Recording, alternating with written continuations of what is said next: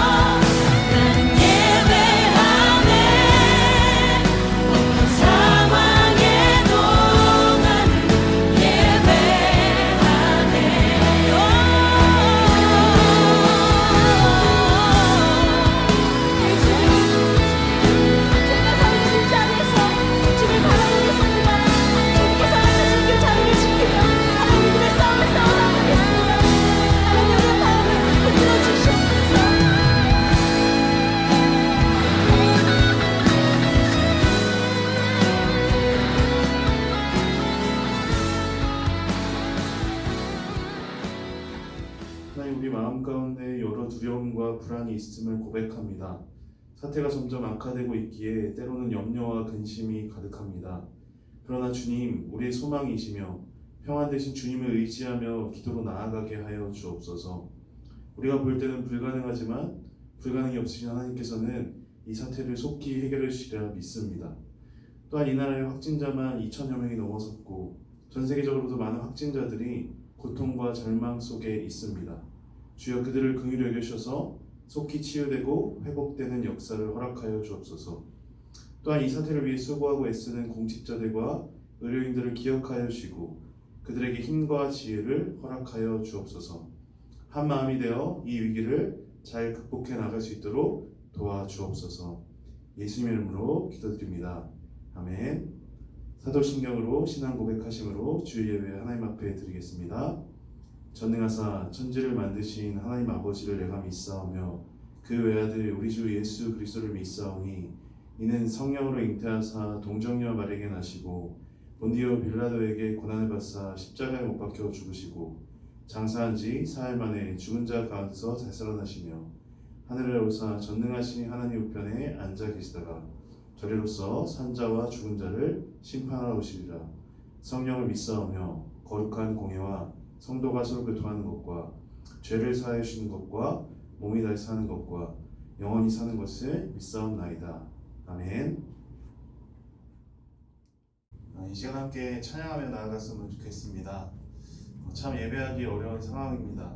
여러분들은 영상을 보면서 찬양을 해야 할 텐데 예배하기가 쉽지 않을 것 같아요. 예배실에 와서도 찬양을 하지 않는데 인간 보는 것처럼 찬양하라니. 그럼에도 불구하고 우리는 이 시간 전심으로 하나님을 예배하기를 원합니다. 이 시간 함께 찬양하기를 원하는 찬양은요, 모든 상황 속에서라는 찬양입니다. 시편 57편의 고백을 담은 찬양인데요, 다윗은 사울에게 10년간 쫓기며 다녔습니다. 그냥 쫓겨다니는 것이 아니라 다윗을 죽이기 위해 모든 공권력을 동원해서 죽이려고 하는 상황인데요, 그것도 가족, 장인 어른이 다윗을 죽이려고 하는 상황이었습니다. 충분히 절망하고 충분히 원망하고 하나님에 대한 믿음을 포기할 수 있는 상황이었지만 시편 57편 7절에 다윗은 이렇게 고백합니다. 하나님이여, 내 마음이 확정되었사오니 내가 노래하고 내가 찬송하리로다. 우리도 코로나19로 인한 예배하기가 쉽지 않지만요, 또한 여러 사태를 놓고 여러분의 마음이 어려울 수 있지만 이 시간 우리에게 놓인 상황을 보는 것이 아닌 참 소망 대신 하나님을 붙잡으며 나아갈 수 있었으면 좋겠습니다. 함께 찬양하시겠습니다.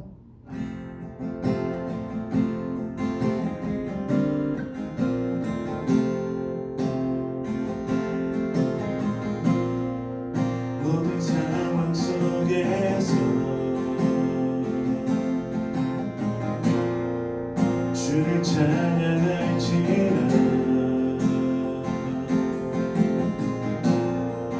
주는 너의 큰 상급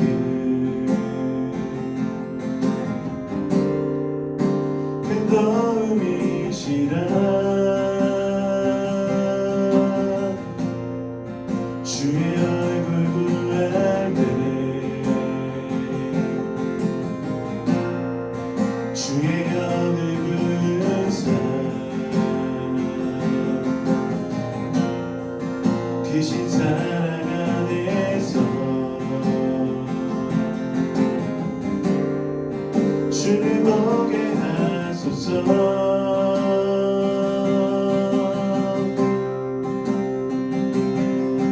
내 영혼이 확정되고 확정되어 싸우니 믿음에 눈들어 주를 바라봅니다. 내 영혼이 확정되고 확정되어 싸우니 믿음에 눈들어 주를 바라봅니다. 다시 한번 모든 상황 속에서 모든 상황 속에서 주를 찬양할지라 주는 너의 큰 상급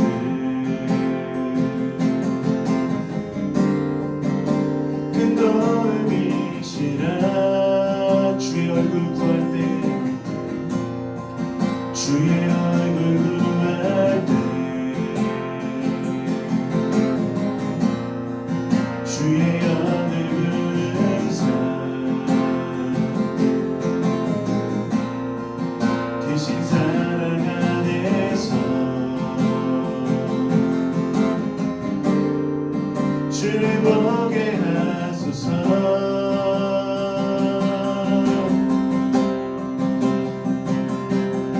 내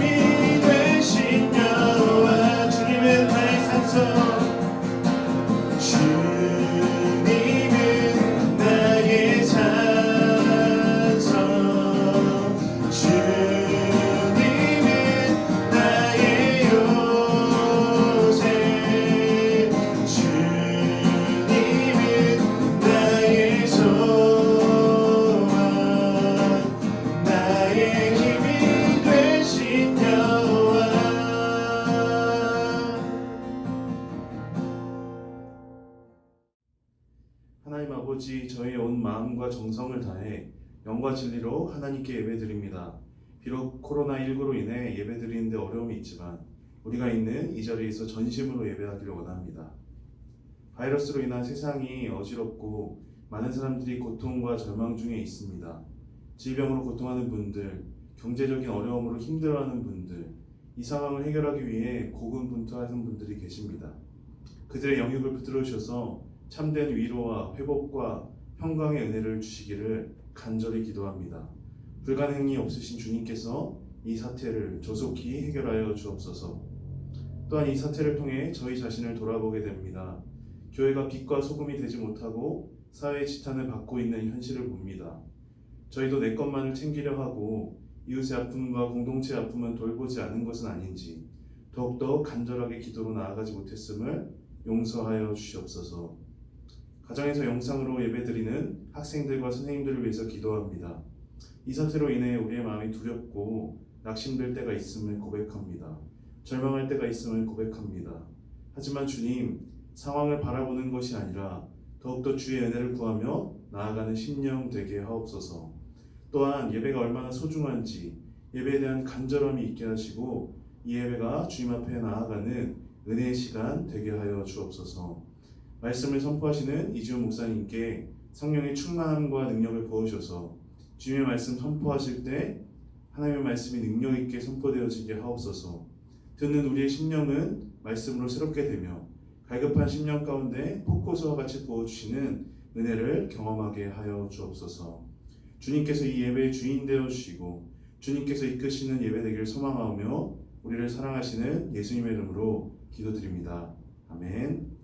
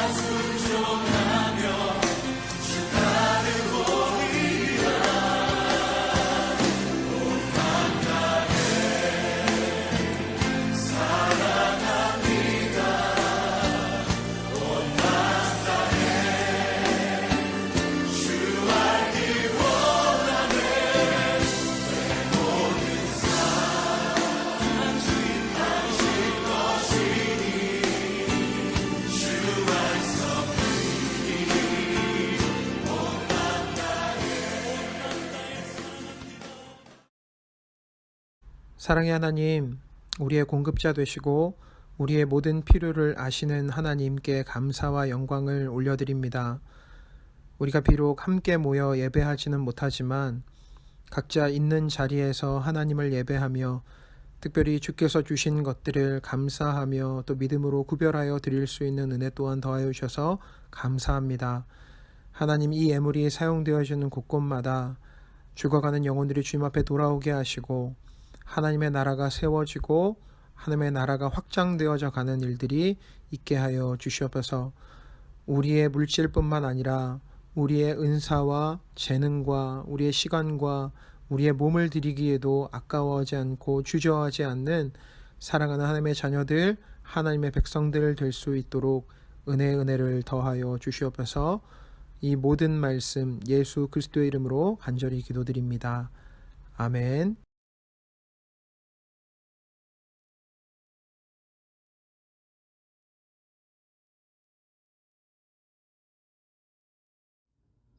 오늘 우리가 함께 나눌 말씀은 누가복음 19장 41절로 44절까지의 말씀입니다. 신약성경 130쪽에 있는 누가복음 19장 41절로 44절까지의 말씀, 우리가 각자 있는 자리에서 큰 목소리로 함께 읽어봤으면 좋겠어요. 41절 말씀부터입니다.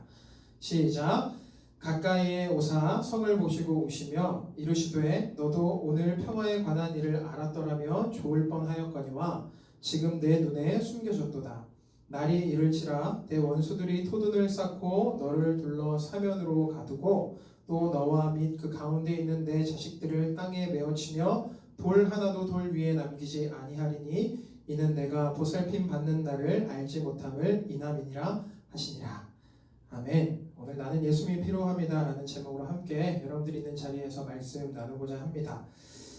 여러분 모두 평안한지 모르겠어요. 코로나 바이러스가 점점 확산되어져 가는 상황에 많이 답답하기도 하고 불안하기도 할 텐데 그래도 목사님은 선하신 하나님께서 우리를 반드시 선한 길로 인도하실 것이라는 믿음이 있습니다. 저만의 믿음이 되지 않았으면 좋겠고 여러분들도 있는 자리에서 하나님을 예배하며 그 믿음을 갖는 오늘 이 예배 시간이 되었으면 좋겠습니다.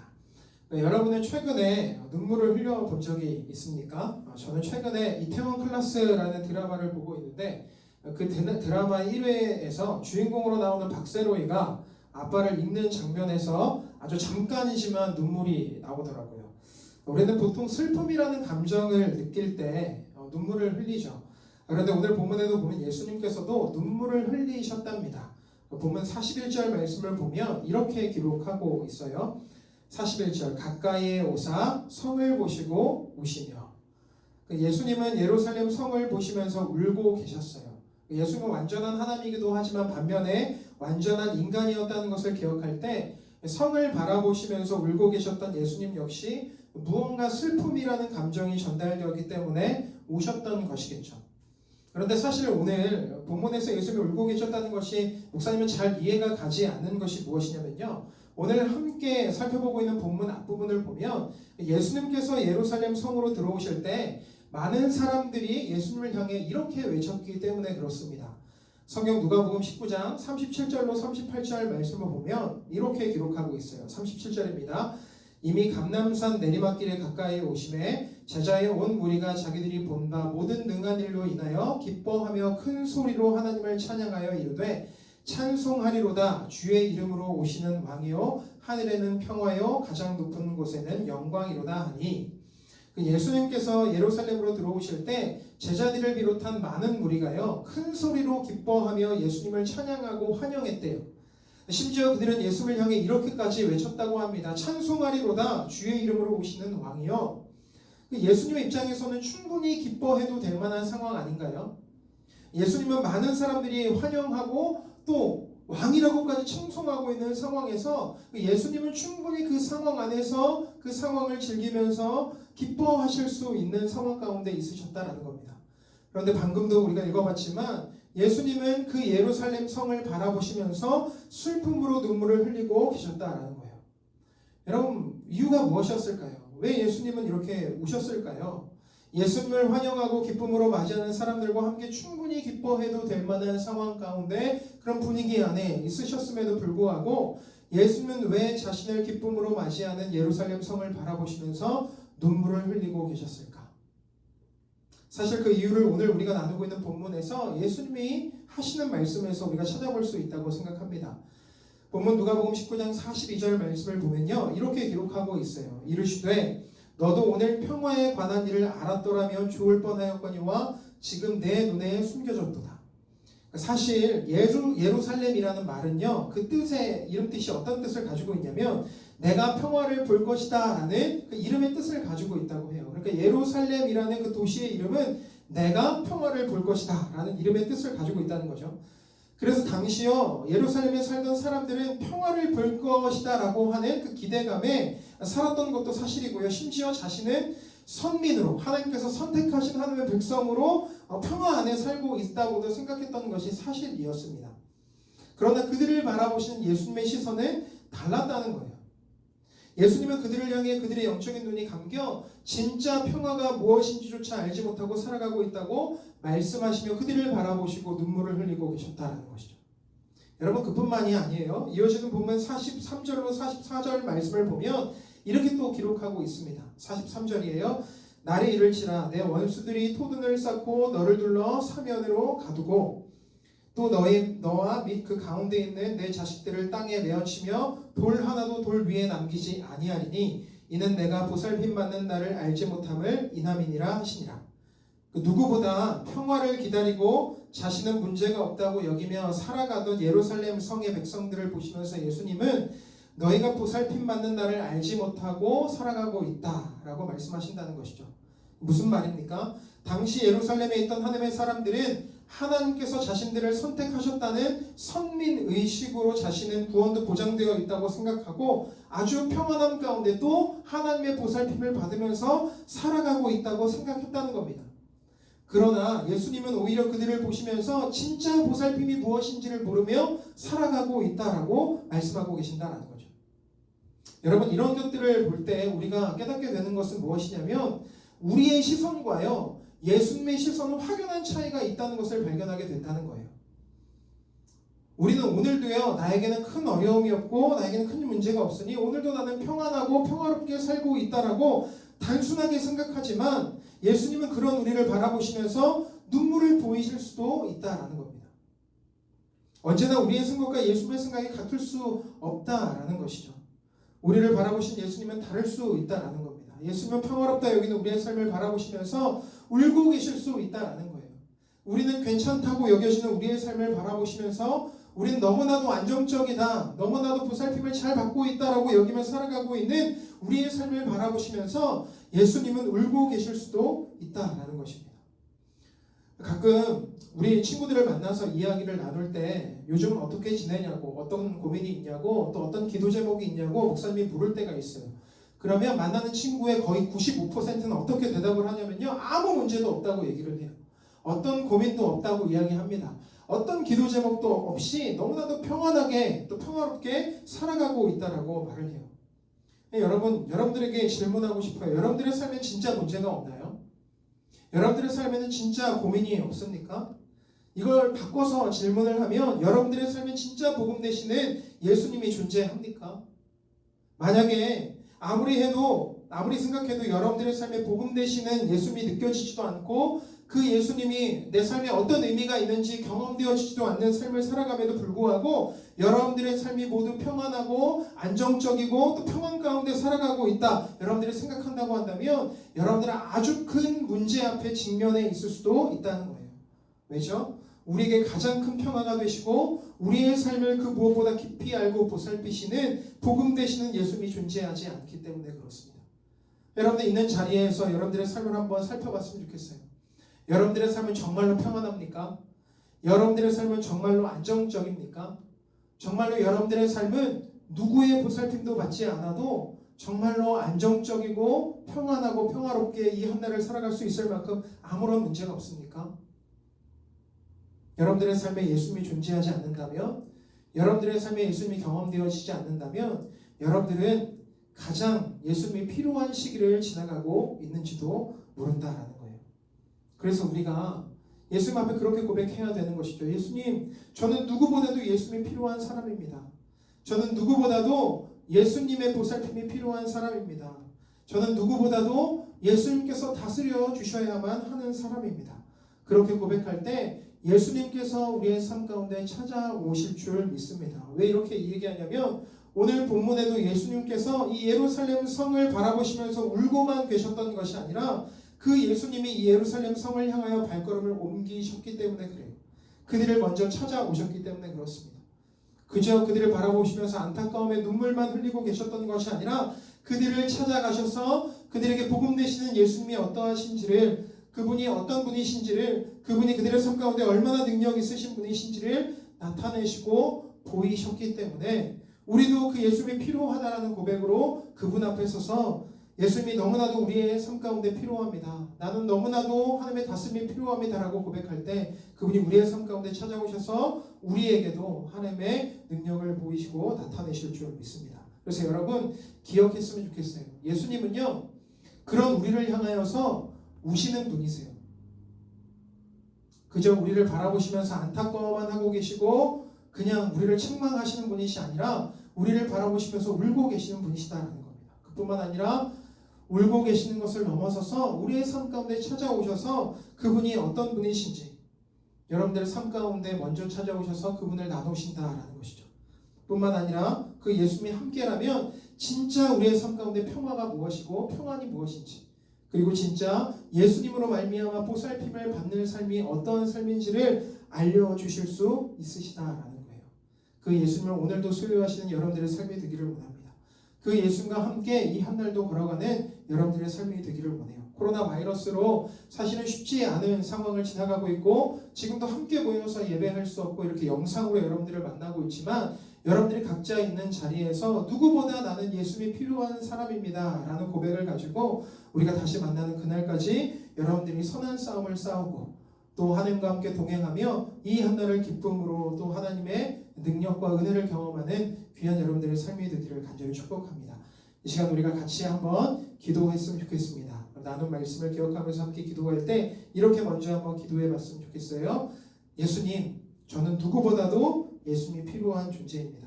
저는 어떤 상황에 있든지 예수님이 나를 다스려 주셔야만 합니다.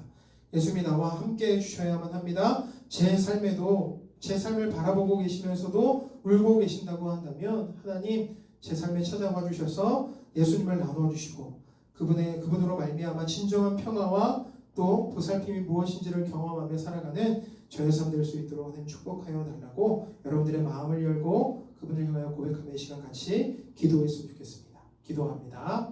주 약속 안에서 내 영혼 평안해 내 뜻보다 크신 주님의 계획 나 신뢰해